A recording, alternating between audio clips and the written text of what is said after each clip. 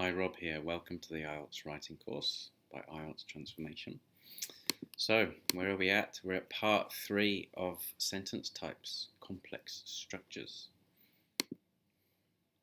We're looking at grammar range here. We're looking at the variety of structures and sentence types that you need to have to get a particular score.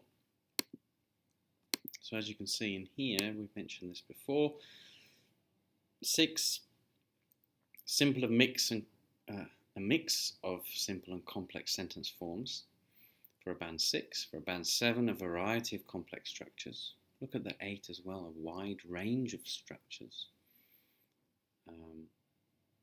And then look at the 9, we have the idea of a wide range of structures with full flexibility and accuracy.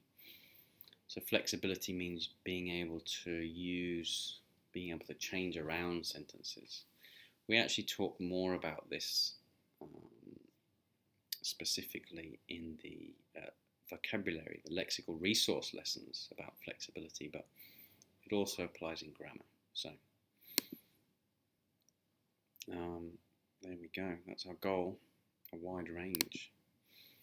So look, band 7, as we've said, a variety of complex structures. What is a complex structure? Well, there's the passive voice, first of all. Some of these we go into in more detail in our other lessons, because to cover the passive voice takes a little bit of time. This is an introduction to it. The passive voice is when for example, the book was published by us. So active, we published the book. Passive, the book was published by us. So in an active sentence, the subject does the verb and the object receives it. But in the passive sentence, the subject receives the verb. So we use it when we don't know, we don't care who the subject was, who did the verb.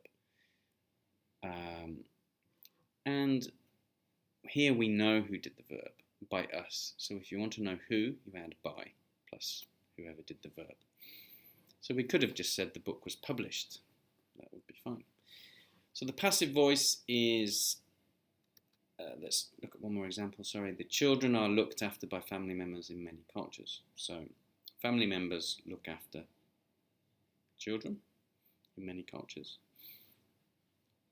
but the children are looked after. So when you want to change the tense, you need to change the be verb. So we've got the be verb plus the past participle. So remember back to sentence types part 1, the past participle is mentioned there. So if we want to change the time, we change the be verb. The book will be published by us, true.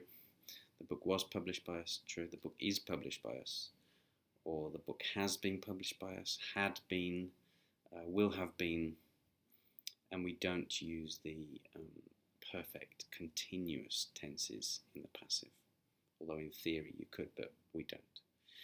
So the passive voice, though, is absolutely essential to do the academic test, especially in the task 1 writing, where you have to describe sometimes a process. You've got a report, which could be a process, some numbers, so pie charts, graphs, or a diagram. So in the process, you must be good at the passive. If you're not, it's a disaster. So make sure that you are, if you're doing the academic test, that you know how to use the passive voice. Okay? Very, very important. And we've got comparatives. Comparatives you will use throughout your test, hopefully, in the speaking and the writing, in task 1 and task 2. So you should use them. We've got the basic comparatives, you know, I am taller than Paul, for example, taller than. So that's a basic comparative adjective, plus than, plus could be a noun or a noun clause. So here I'm not giving you basic examples, I'm giving you the more advanced comparatives. So this one is a parallel comparison when two things are changing at the same time. Again, this is really, really important for this particular type in the academic task 1 writing, because often you have two things on a graph that are changing at the same time, or numbers in a table. So this is very relevant here. So the structure is the plus a comparative and plus often a clause which has a subject and a verb, comma, the plus a comparative plus a clause. Remembering that comparatives means comparative adjective and comparative adverb. Okay, so again, you need to know them. Usually people learn them when they start English, but they don't often get to the more advanced comparatives, which is what I'm showing you here. Parents don't spend as much time with their kids as they used to. So we've got as, comparative as. In this case, it's an adverb, much. And it should really here, don't should be also underlined. So we've got as, comparative as, and then we've got not as.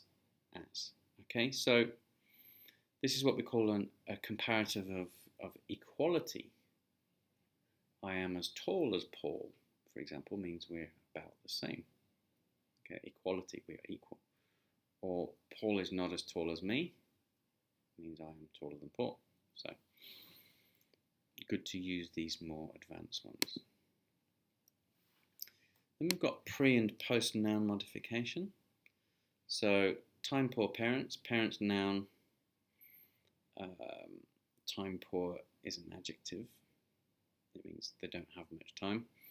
So, and then the parents of the children. So one is modified, changed before the noun, and the other is modified after it.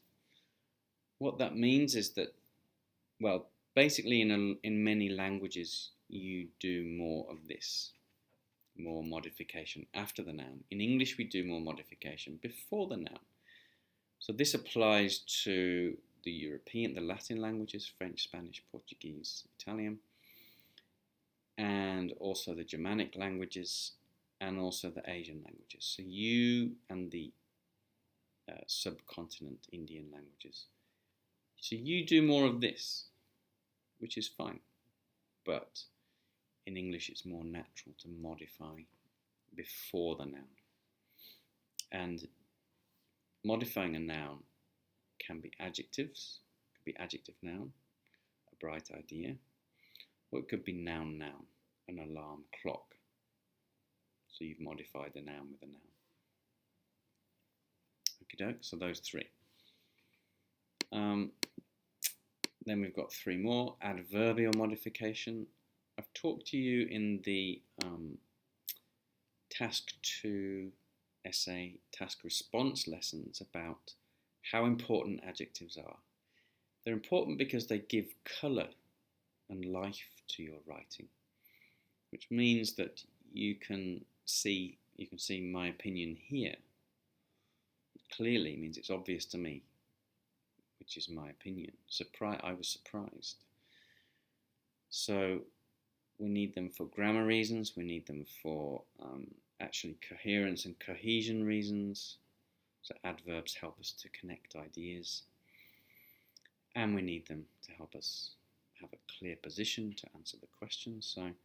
And of course you're using them to show your vocabulary as well, because you could use surprising adjectives, surprisingly adverbs. So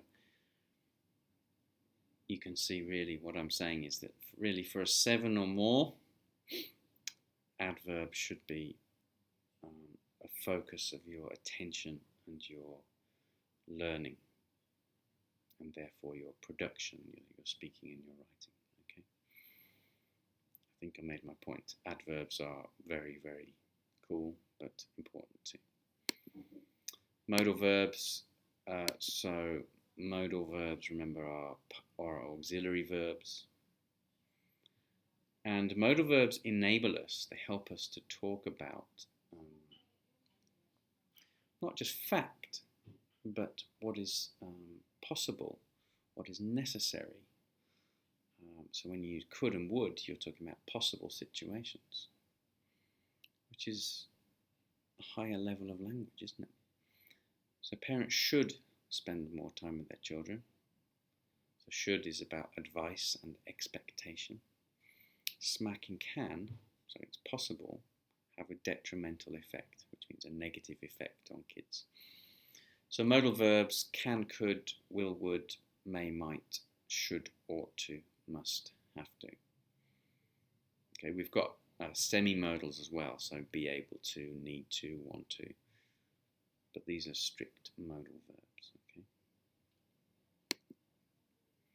Then we've got reduced dependent clauses, so these become participle phrases.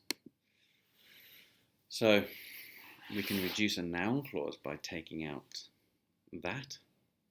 She said she was happy means the same as she said that she was happy. Many people say, is it better to put that in or out? And it's a matter of style. Of course, if you take it out, it's showing a higher level of language, but my advice would be not to get too obsessed with that. It's not a big thing. Look in the adverb clause example. After she arrived, she sat down. We can reduce that when the subjects are the same. So you couldn't say, after she arrived, he sat down. You could, but you couldn't reduce that because the subjects are different. After she arrived, she sat down. After arriving, she sat down. So this is an example of how sentences get longer and longer and longer, and then really at sort of 7s and certainly 8s and 9s, we're starting to make them shorter again.